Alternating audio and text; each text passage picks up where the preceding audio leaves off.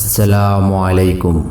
প্রিয় দর্শকবৃন্দ, আমরা কি জানি উত্তম কাজ কি, আর এই সম্পর্কে আল্লাহ সুবহানাহু ওয়া তাআলা কি বলেছেন?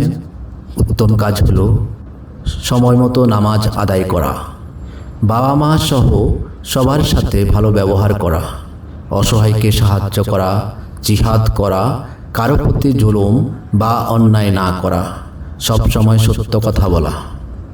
উত্তম কাজের প্রতিদান সম্পর্কে আল্লাহ সুবহানাহু ওয়া তাআলা সূরা বাকারার 195 নং আয়াতে বলেন, তোমরা উত্তম কাজ করো, আল্লাহ উত্তম কাজ করা ব্যক্তিদের ভালোবাসেন। সুবহানাল্লাহ। আল্লাহ এখানে মানুষকে সর্বদা উত্তম কাজে নিজেদের ব্যস্ত রাখার জন্য আহ্বান জানাচ্ছেন। যে ব্যক্তি উত্তম কাজের সাথে থাকবে, আল্লাহও তার সাথে থাকবেন।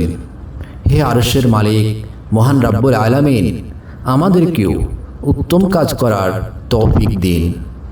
আমিন।